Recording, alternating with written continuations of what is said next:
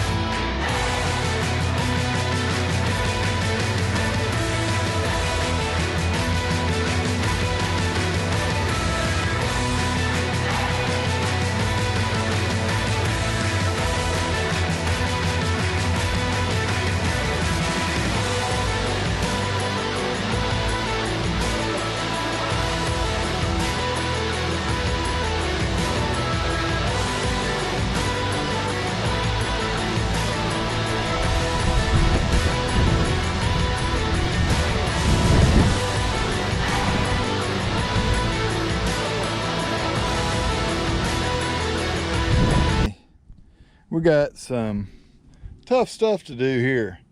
I typically do paint and body work, but I had to do some plumbing. So I'm basically replumbing my entire water and gas supply to my house and my shop, because I've had a gas leak.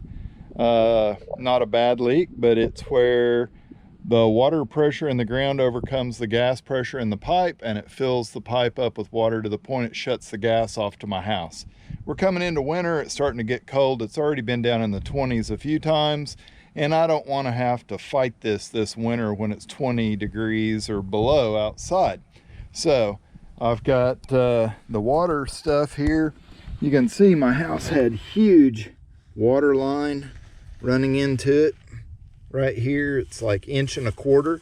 I think they had enough when they ran the gas. They just ran the water in the same stuff. Then my house is 3/4 inch copper supply. So we're just basically using this cool PEX tubing to replace it all. 1 inch supply line, 300 feet of it. And got the little crimps on here to hold the thing in place. You know, it's super simple to use, just like crimping basically anything. You just have to make sure you got it fitted good and they're tight, and you get it deep enough it's not going to freeze. Luckily where I live, not really that cold. If you get it 20 inches in the ground, you'll never have a problem with freezing. So I know some of you out there, it's got to be 3-4 feet in the ground, and I feel for you guys.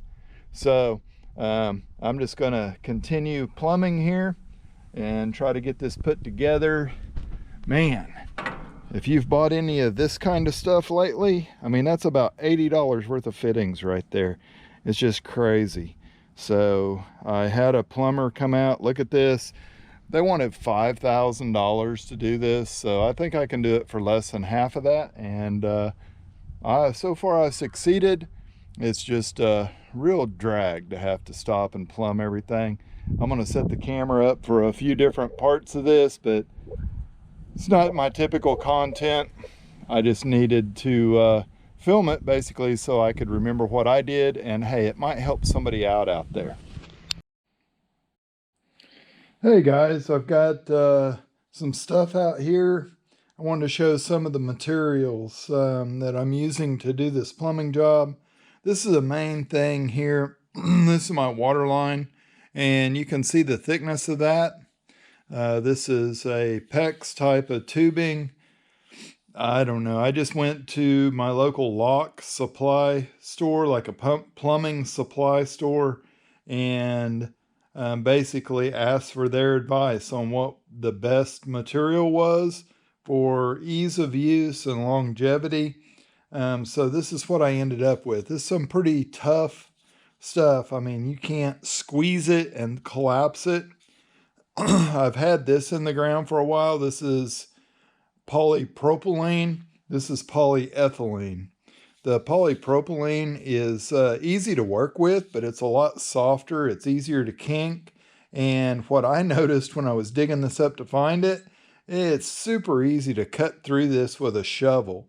So I am ditching that stuff, going with this all the way. Now, when you do go with this, you're going to have clamps that are specially designed for it, and a pair of crimpers that are also specially designed for the clamps. So you got the little clamp, looks kind of like something they use on some cars, and then you've got the tool which just grabs into that little ear and collapses it down, tightens that up, and makes your connection.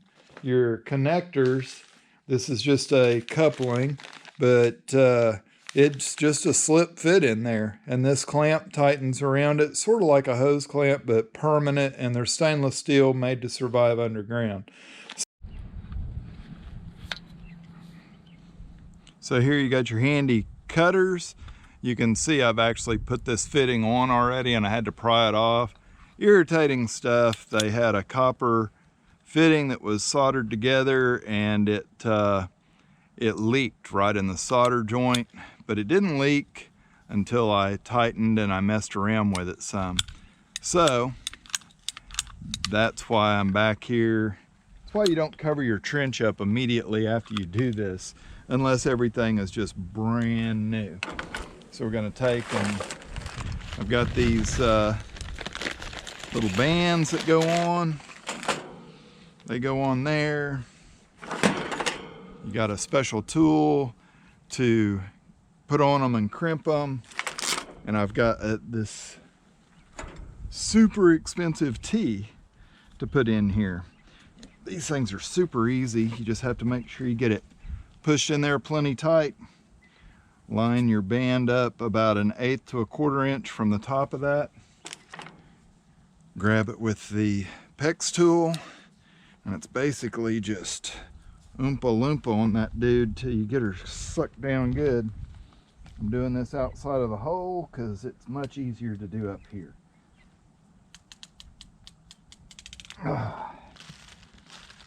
And there you go. So you look at this, verify you got it crimped down tight. Looks pretty good. I'm gonna hit it one more time because I'm hoping that I don't have to touch this again for 20 or 30 years, if ever. So there we go. I don't know how well that shows up on camera, but you got that fitting right there. I'm gonna do the other end of this, stick this little sharp bite fitting up on my copper tube. You guys get the picture. All right, so here's the gas side of everything, and along with all the shortages going on in the world, like I need a 1-inch riser and 1-inch gas line to go out toward my shop, and there is none right now. So we're going to hold off on that. Got my lovely assistant out here raking, filling up our trench.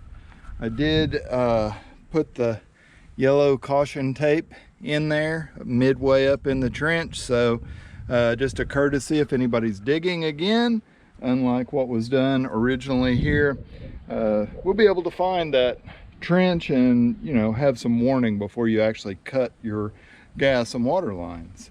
In ground, this is what that galvanized stuff turns into over time. It still rusts. It just rusts more slowly than just regular iron.